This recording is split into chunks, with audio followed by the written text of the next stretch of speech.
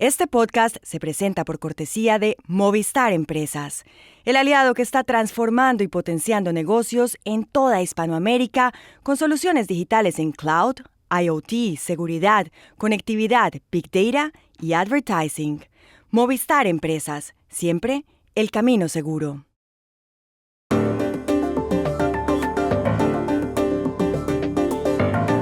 Hoy les tenemos otro episodio especial de mitad de año. Está dedicado a las mejores lecturas del primer semestre de 2024. Son 3 los invitados. Se trata de la periodista cultural argentina Raquel Garzón, del corresponsal de prensa español Marc Bassets y de la escritora peruana Katia Adawi. No se los pierdan, valen mucho la pena. Al final del episodio repasaremos las 3 principales noticias de las últimas horas.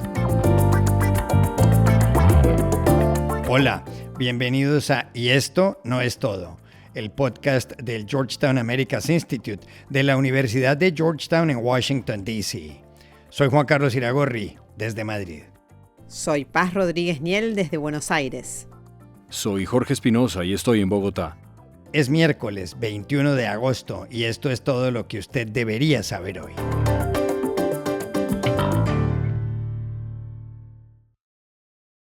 En este episodio especial de mitad de año y por solicitud de varios oyentes, hablaremos de las mejores lecturas de la primera mitad de 2024. Empezamos aquí en Madrid con Raquel Garzón, directora de la librería Olavide Bar de Libros y periodista cultural de Clarín, de Buenos Aires.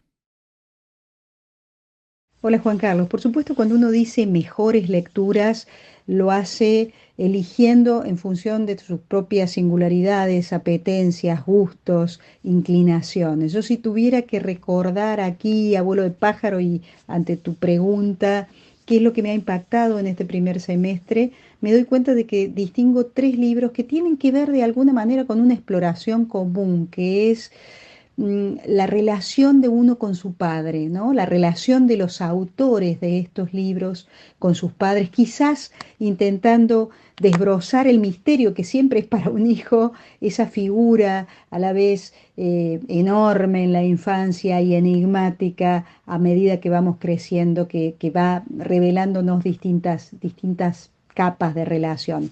En ese sentido, el primer libro que menciono es La figura del mundo, del mexicano Juan Villoro, que habla justamente de su relación con Luis, su papá, un gran intelectual clave en la vida intelectual mexicana de todo el siglo XX, ¿no? Y cómo te marca, siendo, como en el caso de Villoro, un escritor, esa relación, ¿no? La segunda es una biografía más pequeña, más cercana, pero que también trata de desbrozar quién fue el padre de la autora, en este caso Mercedes Halfon, que publica en las afueras Vida de Horacio. Y el tercer libro es del español Agustín Fernández Mayo, y se llama Madre del Corazón Atómico, pero está dedicado a su papá, a la relación con su papá.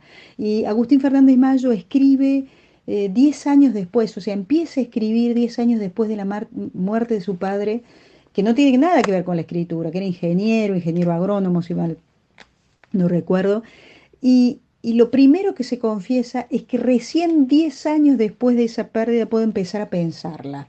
Estos 3 libros me han parecido fascinantes y cada uno con su estilo se adentran en esta galaxia y en este tema clásico que es, por un lado, la muerte del padre en el caso de del primero y del último que les mencioné, y en la figura del padre en general. Uso unos últimos segundos para hablar de otro libro que es un libro antiguo, si se quiere, no es novedad, Dos mujeres, de Elvio E. Gandolfo, que ha publicado Periférica en España, en el cual se reúnen 2 novelas en las que Gandolfo, que es un gran escritor argentino, empieza historias grises de oficinistas, de hombres atribulados por su trabajo. En el caso de la primera novela es en efecto un oficinista, en la segunda un ferretero, para tratar de explorar la relación con estas mujeres que introducen algo fantástico en estas vidas cotidianas y abrumadas por el peso de la rutina. Los primeros 3 títulos que les dije tienen que ver con la realidad. Este último libro de Gandolfo con la fantasía más absoluta. Son grandes lecturas a mi juicio y seguro que no van a defraudarlos. También llamamos a Marc Bassets a París poco antes de que dejara la corresponsalía del diario madrileño El País para irse a la de Berlín. De las lecturas que he hecho en la primera mitad de este año destacaría 3. La primera son los libros del medievalista francés Michel Pastoureau, Rojo y Azul, publicados en castellano por la editorial Folioscopio. Pastoureau es uno de estos sabios que ha descubierto, ha inventado un nuevo campo de conocimiento. En su caso, es la historia de los colores, que cuentan la historia de nuestras sociedades, de nuestra cultura, de nuestra humanidad, cómo ha cambiado su percepción a lo largo de los siglos y lo que simbolizan. El segundo libro que elijo para esta primera mitad del año es de otro historiador muy distinto, el hispano-francés Nicolas Sesma, profesor en Grenoble. Sesma ha publicado en la editorial Crítica Ni una, ni grande, ni libre, una historia del régimen franquista.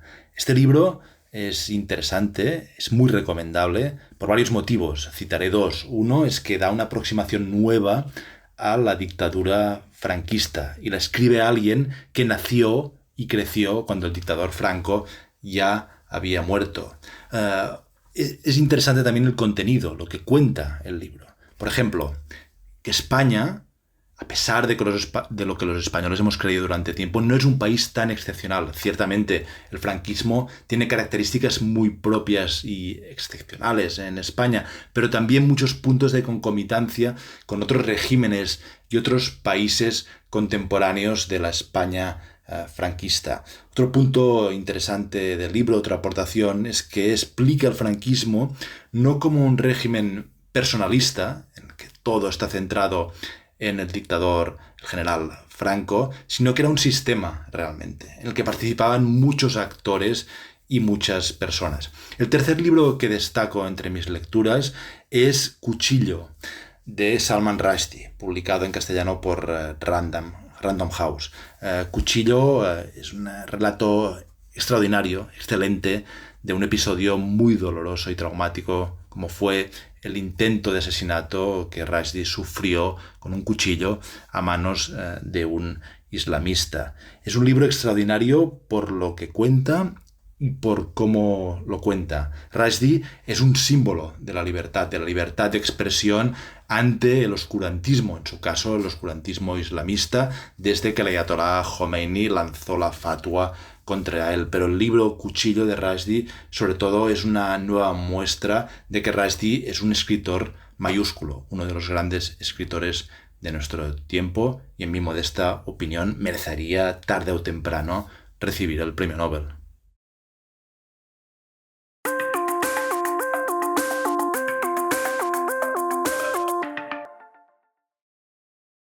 Este podcast se presenta por cortesía de Bancolombia y de su proyecto Orígenes.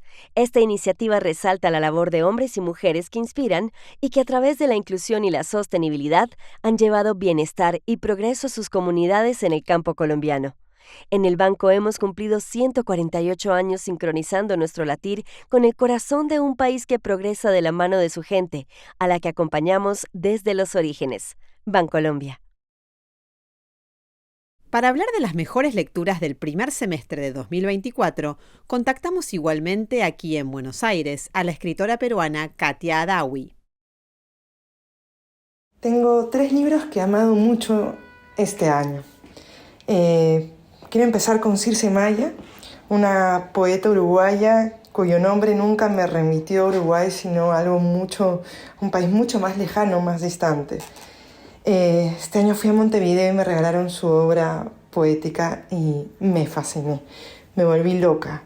Por ejemplo, permítanme este poema muy breve, se llama Posibilidades.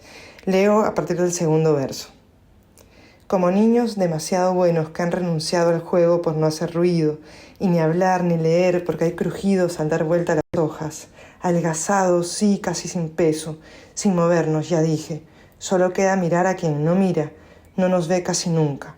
Pero a veces existimos todavía, en forma de punzadas silenciosas. Un pensamiento aguja, voz astilla, da el inaudible grito, todavía. Bueno, así, enamorada de su lenguaje. Luego, Alice Miller con Salvar tu vida. Alice Miller va a ser de las primeras psicoanalistas en pensar la relación que hay entre las personas que fueron física o verbalmente abusadas en su infancia por padres muy autoritarios y que luego voten en la elección más democrática, aunque sea, por el más perverso, el que promete ser un dictador y el más mano dura, ¿no? En esos ascensos muy radicales de las derechas más extremas, en Europa y en Sudamérica, Alice Miller viene muy a cuento con Salvar tu vida. Y luego está un libro precioso de Pascal Guignard, Morir por pensar, y me quedo con esta escena que para mí es lindísima y es preciosa, ¿no? Él va a decir que cuando el perro de Ulises, Argos, lo reconoce, que es el único que lo reconoce cuando él vuelve de este larguísimo viaje, Argos lo reconoce y muere. Pero en la antigua Grecia, oler era pensar. Entonces va a decir que el primero que lo huele, que lo piensa, es un animal, ¿no? Y eso me ha hecho pensar a mí, al mismo tiempo, la importancia que los animales y las plantas aparezcan en los textos de nosotros, escritores y escritoras. Como dejar de ponernos arriba, como la escala máxima superior de alguna pirámide, y que incluyamos en nuestros textos al reino animal y vegetal. Entonces yo recomiendo mucho, en general, toda la obra de Alice Miller, la de Pascal Guignard y la de Circe Maya. Libros que nos conmueven, que nos enseñan a pensar y que siguen siendo urgentes. Estas escrituras atemporales que sobreviven y que quedan a perpetuidad para demostrarnos que otros pensaron y quizás dijeron mejor lo que nosotros alguna vez por ahí también pensamos.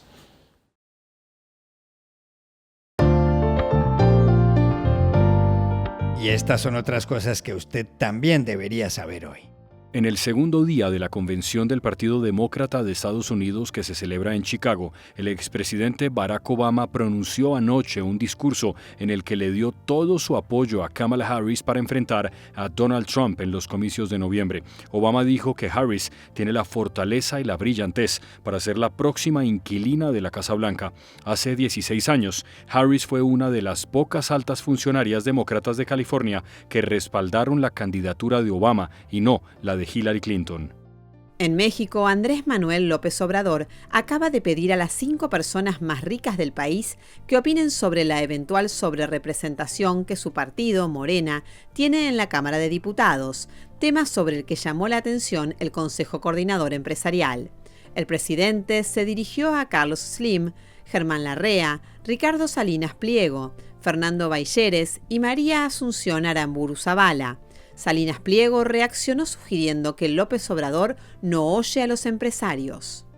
María Branias Morera, que era la persona más longeva del mundo, acaba de morir en Olot, en Cataluña, con 117 años. Falleció dormida, sin enfermedades. Fue testigo de 2 pandemias y 2 guerras mundiales. Había nacido en San Francisco, en Estados Unidos, pero su familia la llevó a España poco después. Branias será sustituida por la japonesa Tomiko Itoka, un año menor.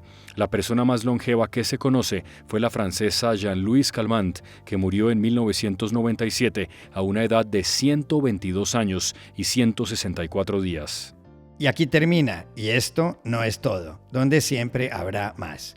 En la producción estuvo John F. Burnett. Y pueden suscribirse a este podcast en nuestro sitio web y esto no es todo.georgetown.edu. Seguirnos en nuestras cuentas de X y de Instagram, @y esto no es todo, y buscarnos en nuestro canal de YouTube. Chao, hasta la próxima.